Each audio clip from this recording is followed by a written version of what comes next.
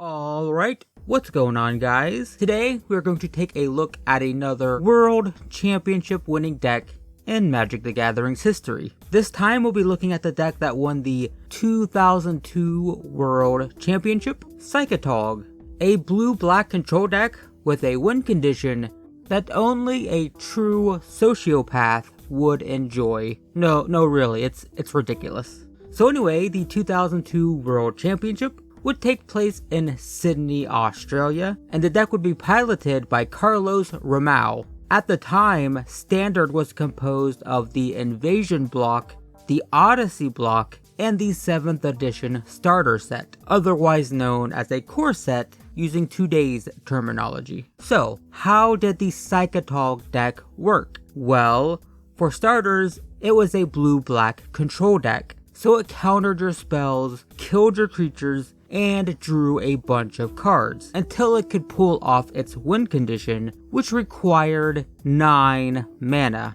Yes, so how did it win? It won with Psychatog. Naturally, it seems relatively unopposing, right? A 3 mana 1/2 is pretty bad, but you can discard a card to give it +1/+1, which also seems like kind of a bad deal, and you can also give it +1/+1 by removing 2 cards from your graveyard, which, that's okay, but the Psychatog deck actually won the game with this card, regularly. It did it by combining Psychatog with Upheaval. Upheaval is a 6 mana sorcery that returns every single permanent to each player's hand. Yes, every single permanent, including lands. But how does this result in a win? Well, the idea was to actually reach 9 mana. 9 frickin' mana, so you could float 3 mana when you cast Upheaval. Everyone would return every single permanent they controlled to their hand, then you would use that 3 mana you had floating to cast Psychatog. Now the board is clear, there is absolutely no other permanent on the battlefield, and you have at least 9 cards in hand from the 9 lands you used to cast 2 spells, meaning you could, in theory, give Psychatog +9/+9 by discarding all of them, and then another +4/+4 from exiling them from your graveyard. Now you would have to discard a couple at end of turn. Psychatog doesn't have haste, but basically it's guaranteed to be 8 damage at the very least the following turn, plus you have your entire graveyard. And remember, this is a blue-black control deck, and this isn't going to happen until approximately turn 9. So you spent the entire game countering spells, killing creatures, drawing cards, so your graveyard is pretty full, which ultimately results in, well, death. That's it. It's basically just game over. If you're on the opposite side of the table of this, basically you have no permanents in play, you have no lands. If you're really lucky, you have a 1-drop, and if you don't, the Psychatog is probably going to kill you. So that's how this deck worked.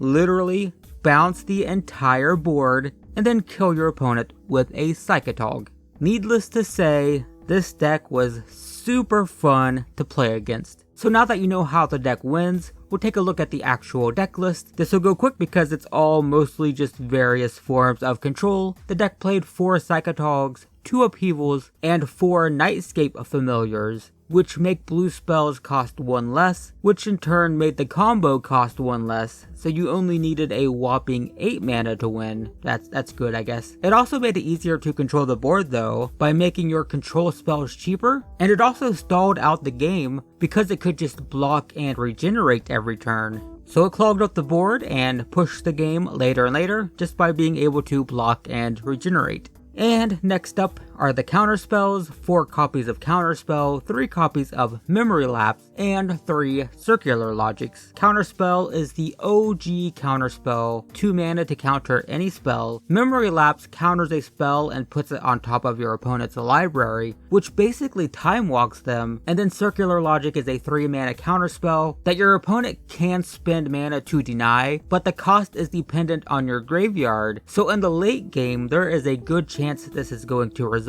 Also, the 1 mana Madness ability means if your opponent does have a 1 mana removal spell for Psychatog after you cast Upheaval, you can discard this to Psychatog and then cast it for 1, so you have a 1 mana counterspell in response. So That's nice. Well, I mean, it's not nice, but it's convenient. It's useful, but not very nice. Next is the removal package with 3 Chainer's Edicts and 4 Repulses. Chainer's Edict is a pauper staple today, 2 mana to force your opponent to sacrifice a creature, plus it has a flashback ability so you get extra value out of it. Repulse just bounces a creature and lets you draw a card, which is fine because it just pushes the game later and later so you can draw deeper into your deck and hopefully reach 8 to 9 mana to cast Upheaval and Psychatog. Next is the Card Advantage package. The deck ran 3 Factor Fiction and 3 Deep Analysis. Factor Fiction let you reveal the top 5 cards of your library. Your opponent separated them into 2 piles and then you picked one to put into your hand.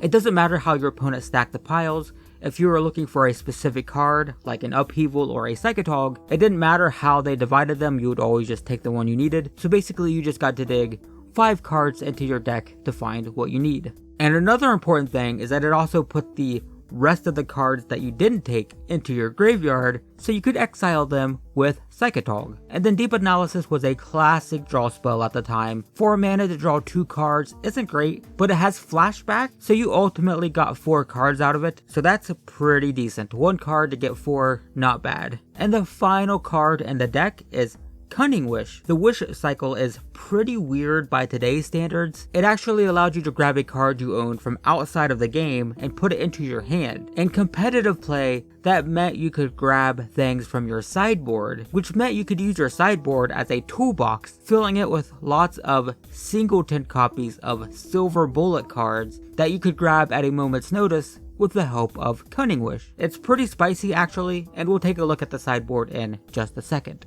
And that's the entire deck. Literally, that's it.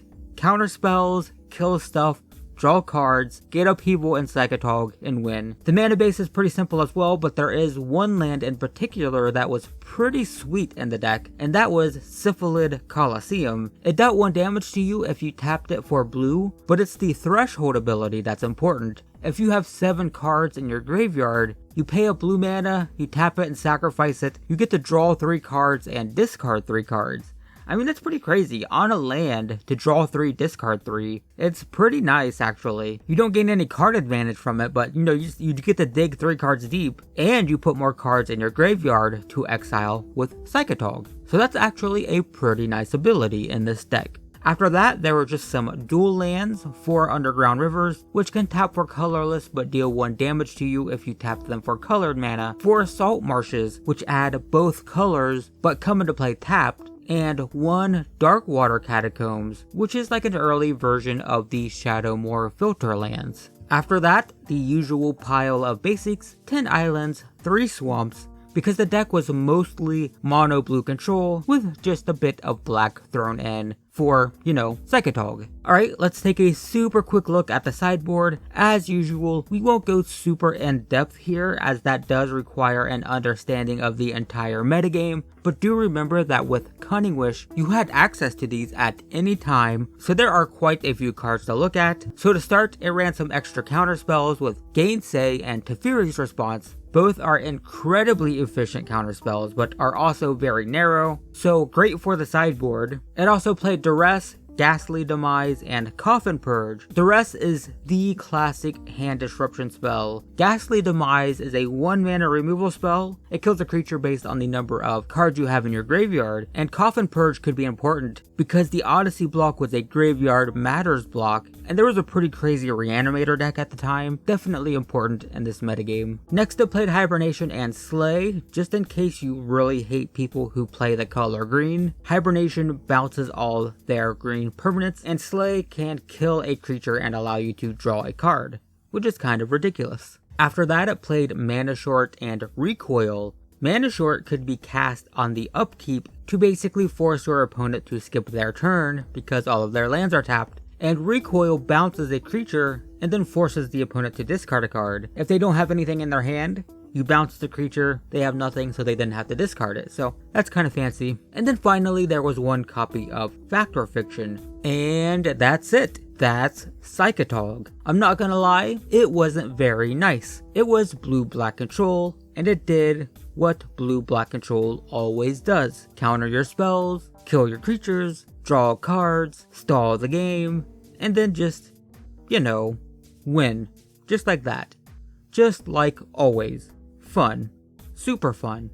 Fun, fun, fun. This wasn't a rogue deck either, by the way. This was the most popular and most played deck in this standard environment. This deck was everywhere. The deck was so popular, in fact, that in the next block, the Onslaught block, they reprinted Shock and they actually depicted Psychatog being electrocuted in the art. I think that's a testament to how popular and perhaps even how hated the deck was, that Wizards of the Coast kind of gave some people some satisfaction by showing this menacing evil creature just being shocked to death. Yep, that's a thing that happened. Anyway, that's Psychatog. That is the deck that won the Magic the Gathering World Championship in 2002. So now you are a little bit more familiar with Magic the Gathering's history and another classic deck from the early days of the game. If you want to see more World Championship deck techs, there is an entire playlist with these decks. You can find a link to them in the description below, so definitely check that out if you are interested in seeing more of these decks. But in the meantime, thank you for watching.